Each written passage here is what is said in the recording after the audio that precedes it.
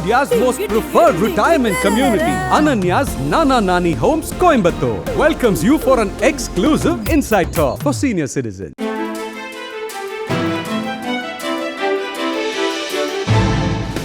தட்டை, சீடை, முறுக்கு, ரிப்பன் போகடா, அதிரசம் என்ன வேணாலும் செய்யுங்க.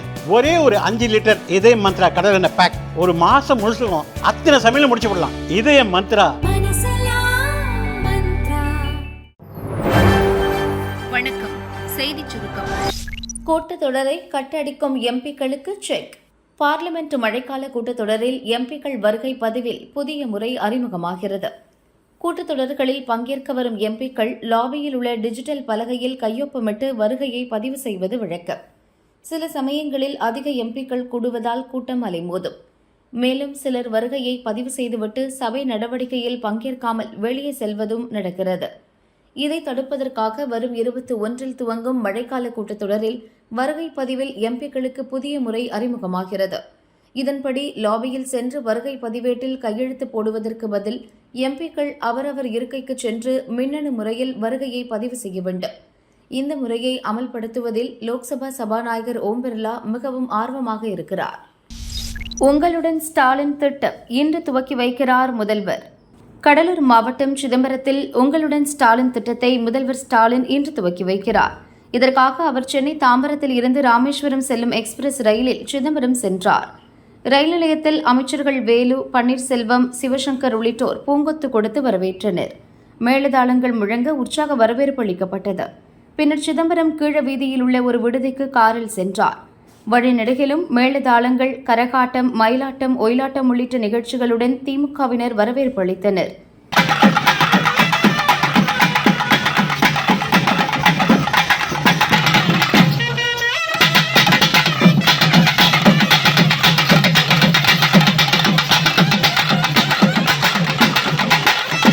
முதல்வர் தங்கிய விடுதியை சுற்றி பலத்த போலீஸ் பாதுகாப்பு போடப்பட்டது.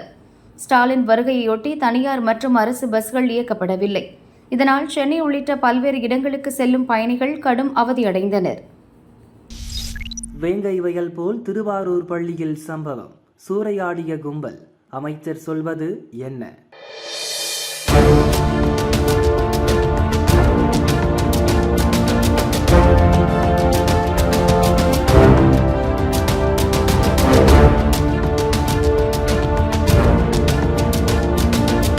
திருவாரூர் அருகே காரியாங்குடி கிராமத்தில் ஊராட்சி ஒன்றிய துவக்கப்பள்ளி உள்ளது. இங்கு காலை உணவு சமைப்பதற்காக சமையல் பணியாளர்கள் சென்றனர்.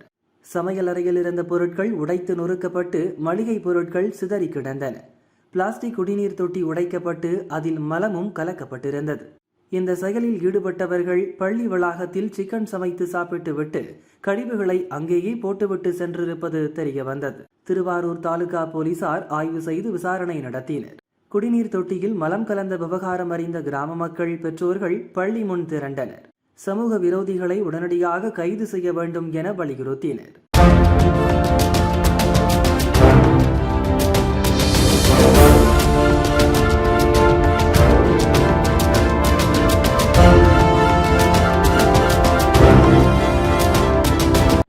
போலீசார் அதே பகுதியைச் சேர்ந்த 3 பேரை சந்தேகத்தின் பேரில் பிடித்து விசாரிக்கின்றனர். குற்றவாளிகள் மீது கடுமையான நடவடிக்கை எடுக்கப்படும் என கலெக்டர் மோகனச்சந்திரன் எச்சரிக்கை விடுத்துள்ளார். இந்த சம்பவத்துக்கு அரசியல் தலைவர்கள் பலரும் கண்டனம் தெரிவித்துள்ளனர். அந்த இது காலையில் சொன்னாங்க. இப்போ டிஎஸ்பி அங்கே சிஇஓலாம் அங்கே இருக்காங்க. அது சம்மந்தமான விசாரணை நடைபெற்று வருது. சீக்கிரத்தில் குற்றவாளிகள் கண்டுபிடிக்கப்படும் சொல்லியிருக்காங்க. நானும் கவனம் செலுத்துறேன். யார் தலைமையில் விசாரணை நடத்த உத்தரவிட்டுறீங்க? அதில் என்ன மாதிரி நடவடிக்கை எடுக்கப்படும் சார்? இது ட்ரெஸ்பாஸ், வேண்டலிசம் அந்த மாதிரி பண்ணியிருக்காங்க. டிஎஸ்பி ஸ்பாட்டில் இருக்குது, பார்த்துட்ருக்காங்க. எஸ்பியோட நாலேஜில் இருக்குது. நான் எஸ்பிகிட்டையும் பேசியிருக்கேன். அது ஒன்றும் இது வரைக்கும் தெரிய வரலைங்க. ஏன்னா வேங்கைகள் மேட்டர் கொஞ்சம் பெரிய லெவலில் போச்சு. அது மாதிரி கம்யூனிட்டி பிரச்சனைகள் வருதாங்கிறது தான் விஷயம். இல்லை, அது மாதிரியெல்லாம் ஒன்றும் கிடையாது. இது ஸ்கூலுக்குள்ளே பூந்து நம்ம அடைச்சிருந்த ஸ்கூலில் யாரோ மிஸ்ஸீவஸ் உள்ளே பூந்து வேண்டலிசம் பண்ணியிருக்காங்க. இது விசாரணை முடிவில் தான் தெரிய வரும். ஆனால் கலக்கப்பட்டது உண்மையா சார்? அதுதான் விசாரணை முடிவில் தெரியும். சரிங்களா? ஆனால் உடனடியாக போலீஸ் எல்லாம் நடவடிக்கை இருக்காங்க. ஹெச்எம் இமீடியட்டாக ரிப்போர்ட்டு கம்ப்ளைண்ட் பண்ணிட்டாங்க. அங்கே டிஎஸ்பி ஸ்பாட்டில் பார்த்துருக்காங்க. சிஓ போயிருக்காங்க. விசாரணை அடிப்படையில் இந்த மகளிர் உரிமை தொகை புதுக்கோட்டை மாவட்டத்தில் அரசு பள்ளியில் வந்து மாணவர்கள் குழந்தைகளுக்கு அந்த கழிவறை சுத்தம் வீடியோ கண்டிப்பாக அதுக்கு நாங்கள் விசாரிக்க சொல்லியிருக்கோம். அது என்ன பேசிஸ் வந்து கண்டிப்பாக நாங்கள் அந்த ஆக்ஷன் எடுப்போம். திருவாரூர் குடிநீரில் மலங்கள் நம்ம இன்றைக்கி கூட போய் பார்த்துட்டு வந்திருக்கிறாங்க. நான் அதுக்கான ஒரு ரிப்போர்ட்டும் வந்திருக்கின்றது. ஸோ அது சார்ந்து என்ன இப்போ காவல்துறை மூலமாக அது யார் யார் அதில் ஈடுபட்டிருக்காங்க கண்டிப்பாக எடுக்கப்படும். அதுக்கு முன்பாக அதெல்லாம் இப்போ கிளியர் பண்ணி நாங்கள் வச்சுருக்கோம். அப்படி இருந்தாலும் எவிடன்ஸ் கிடைக்கும்போது செஞ்சவங்க யாராக இருந்தாலும் கண்டிப்பாக வந்து தனித்து போட்டியிட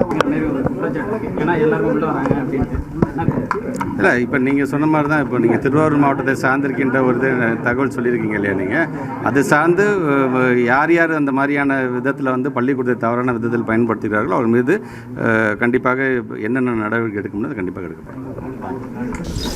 புதிய கட்சி துவங்க தயாராகும் ஓபிஎஸ் செப்டம்பர் 4 அறிவிக்க வாய்ப்பு. ஓ பன்னீர்செல்வத்தின் அணியான அதிமுக தொண்டர்கள் உரிமை மீட்புக் குழு நிர்வாகிகள் ஆலோசனைக் கூட்டம் சென்னை வேப்பேரியில் நடந்தது. இதில் பன்னீர்செல்வம் பேசியதாவது: தற்பொழுதுள்ள சூழலில் கட்சி பல்வேறு பிரச்சினைகளில் சிக்கியுள்ளது. அதிமுகவை சிக்கலில் இருந்து மீட்க கடந்த 2 ஆண்டுகளாக உரிமை மீட்பு சட்ட போராட்டம் நடத்தி வருகிறோம். இதில் நாம் இதுவரை வென்றிருக்கிறோம். எதிர்காலத்தில் வெற்றி பெறுவோம். அரசியல் ரீதியான கட்சிகளுக்கு அக்கட்சி சார்ந்த உறுப்பினர்கள் ஆதரவாக இருப்பர். ஆனால் மக்களுடைய நன்மதிப்பை எந்த கட்சி தலைவர் பெறுகிறாரோ அவரால் தான் ஆளும் உரிமையை பெற முடியும். மக்கள் ஆதரவை பெற்று எம்ஜிஆர், ஜெயலலிதா ஆகியோர் சாதனை படைத்தனர். அந்த வரலாற்றை நாம் மீண்டும் உருவாக்க வேண்டும். எனவேதான் இந்த தர்ம யுத்தத்தை நடத்தி வருகிறோம். கட்சி தலைமை நிர்வாகிகளின் கருத்துக்கள் அடிப்படையில் சில முடிவுகளை எடுத்துள்ளோம். சில முடிவுகள் வெளியில் சொல்ல முடியாதவையாக உள்ளன.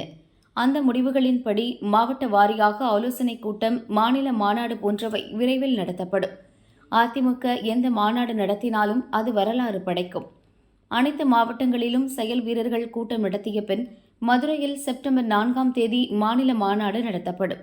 இந்த மாநாட்டில் நம் அனைத்து நிலைகளிலும் தொண்டர்கள் எதிர்பார்த்து காத்திருக்கும் முடிவுகள் குறித்து அறிவிக்கப்படும் என்று ஓபிஎஸ் பேசினார். இந்நிலையில் இந்த மாநாட்டுக்கு முன்பாக ஓபிஎஸ் அணியை அதிமுகவுடன் இணைக்க எடப்பாடி பழனிசாமி முன்வர வேண்டுமென வலியுறுத்தப்பட்டுள்ளது. அவர் முன்வராவிட்டால் மாநாட்டில் புதிய கட்சி துவங்குவது தொடர்பான அறிவிப்பை ஓபிஎஸ் வெளியிடுவார் என எதிர்பார்க்கப்படுகிறது. கூட்டத்தில் பன்ருட்டி ராமச்சந்திரன் பேசியதாவது: நம் அரசியல் பாதை தெளிவாக உள்ளது. இந்த பாதையில் முன்னேற வேண்டிய அவசியம் ஏற்பட்டுள்ளது. முதல் படியாக ஒரு மாநாட்டை நடத்த முடிவு செய்துள்ளோம். இது வெறும் கூட்டமாக முடியப் போவதில்லை. கொள்கை வகுத்து அதை நிறைவேற்றப் போகிறோம். இந்த மாநாட்டில் நம் எதிர்கால திட்டம் குறித்து விரிவாக எடுத்துரைக்கப்படும். நாம் யார் பின்னாலும் போகப் போவதில்லை. நாம் யாரையும் எதிர்பார்த்து அரசியல் நடத்தவில்லை. அமைச்சரவையோ முதல்வர் பதவியோ எங்களுக்கு புதிதல்ல. பலர் இன்னும் பதவிக்காக துடித்துக் கொண்டிருக்கின்றனர். அதனால்தான் கட்சியின் நிலை மோசமடைந்துள்ளது. இன்றைய சூழலில் அரசியலுக்கு புதிய வரவாக இருக்கும் நடிகர் விஜய் இதுவரை சிறப்பாகவே செயல்பட்டுக் கொண்டிருக்கிறார். தேவையானால் எதிர்காலத்தில் அவருடன் சேர்ந்து செயல்படும் சூழல் உருவாகலாம். அதனால் யாரும் எதிர்காலம் குறித்த கவலையின்றி சிறப்பாக தங்களுடைய பணியை தொடர வேண்டும். இவ்வாறு அவர் பேசினார். பரிதாபமாக போன ஸ்டண்ட் மாஸ்டர் உயிர். ப. ரஞ்சித் மீது 3 பிரிவுகளில் வழக்கு. இயக்குனர் ப. ரஞ்சித் இப்போது நடிகர் ஆர்யாவை வைத்து வேட்டுவம் படத்தை இயக்கி தயாரித்து வருகிறார். அட்டகத்தி தினேஷ், சோபிதா துலிவாலா, லிசி ஆண்டனி, கலையரசன், ஷபீர் உள்ளிட்டோர் நடிக்கின்றனர். காரைக்குடியில் இதன் முதற்கட்ட படப்பிடிப்பு முடிந்த நிலையில் நாகை விழுந்தமாவடியில் சண்டை காட்சிக்கான படப்பிடிப்பு நடந்தது. அப்போது காஞ்சிபுரம் பூங்கண்டம் பகுதியைச் சேர்ந்த சண்டை பயிற்சியாளர் மோகன்ராஜ் காரில் தாவி செல்லும் காட்சி படம் பிடிக்கப்பட்டது. எதிர்பாராத விதமாக மோகன்ராஜ் தவறி விழுந்து படுகாயமடைந்தார். அப்போது அவருக்கு மாரடைப்பு ஏற்பட்டதாக கூறப்படுகிறது. அங்கிருந்தவர்கள் மோகன்ராஜை மீட்டு நாகை அரசு மருத்துவமனைக்கு அழைத்து சென்றனர். அவரை பரிசோதித்த டாக்டர்கள் மோகன்ராஜ் ஏற்கனவே இறந்துவிட்டதாக கூறினர். மோகன்ராஜுக்கு வயது 52. சம்பவம் பற்றி கீழையூர் போலீசார் விசாரிக்கின்றனர். இந்த சூழலில் ப. ரஞ்சித் உள்ளிட்ட 4 பேர் மீது போலீசார் வழக்கு பதிவு செய்துள்ளனர். அலட்சியமாக செயல்பட்டது உள்ளிட்ட 3 பிரிவுகளின் கீழ் வழக்கு பதிவாகியுள்ளது. டாஸ்மாக் ஊழியர்களுக்கு ரூபாய் 2000 ஊதிய உயர்வு. தமிழக அரசின் டாஸ்மாக் நிறுவனம் 4787 கடைகள் வாயிலாக மதுபானங்களை விற்கிறது. இவற்றில் உதவி விற்பனையாளர், மேற்பார்வையாளர் என 23500 பேர் பணிபுரிகின்றனர். அனைவருக்கும் இந்த ஆண்டு ஏப்ரல் முதல் தலா 2000 ரூபாய் ஊதிய உயர்வு வழங்கப்படும் என கடந்த ஏப்ரல் மாதம் சட்டசபையில் துறையின் அமைச்சர் அறிவித்தார். மொத்தம் 2000 ரூபாயில் 1000 ரூபாயை அனைவருக்கும் ஊதிய உயர்வாகவும் 1000 ரூபாயை ஊழியர் செயல்பாட்டை பொறுத்து ஊக்கத் தொகையாகவும் வழங்க அரசு முடிவு செய்தது. இதற்கு ஊழியர்களிடம் எதிர்ப்பு எழுந்தது. இந்நிலையில் 2024-25 மது பாட்டிலுக்கு அரசு நிர்ணயம் செய்திருந்த விலையை விட கூடுதலாக 10 ரூபாய்க்கு மேல் விற்றவர்களுக்கு 1000 ரூபாய் ஊதிய உயர்வு வழங்கி டாஸ்மாக் நிர்வாகம் உத்தரவிட்டுள்ளது. அதன்படி 197 மேற்பார்வையாளர், 234 விற்பனையாளர், 20 உதவி விற்பனையாளர் என மொத்தம் 451 ஊழியர்களுக்கு 1000 ரூபாய் ஊதிய உயர்வு வழங்கப்படும். இவர்களை தவிர மற்ற அனைத்து ஊழியர்களுக்கும் 2000 ரூபாய் ஊதிய உயர்வாக வழங்கப்படும் என்றும் டாஸ்மாக் நிர்வாகம் உத்தரவிட்டுள்ளது. இந்த ஊதிய உயர்வு ஏப்ரல் முதல் இம்மாதம் வரை கணக்கிடப்பட்டு சில தினங்களில் ஊழியர்களின் வங்கிக் கணக்கில் செலுத்தப்பட உள்ளது. நிபா வைரசுக்கு மேலும் ஒருவர் மரணம், 6 மாவட்டங்களில் உஷார் நிலை. கேரளாவின் மலப்புரம், பாலக்காடு ஆகிய மாவட்டங்களில் கடந்த சில மாதங்களாக நிபா வைரஸ் பாதிப்பு அதிகரித்துள்ளது. பாலக்காட்டைச் சேர்ந்த 58 வயது நபர் ஒருவர் வைரஸ் அறிகுறிகளுடன் அங்குள்ள மருத்துவமனையில் சிகிச்சை பெற்று வந்தார்.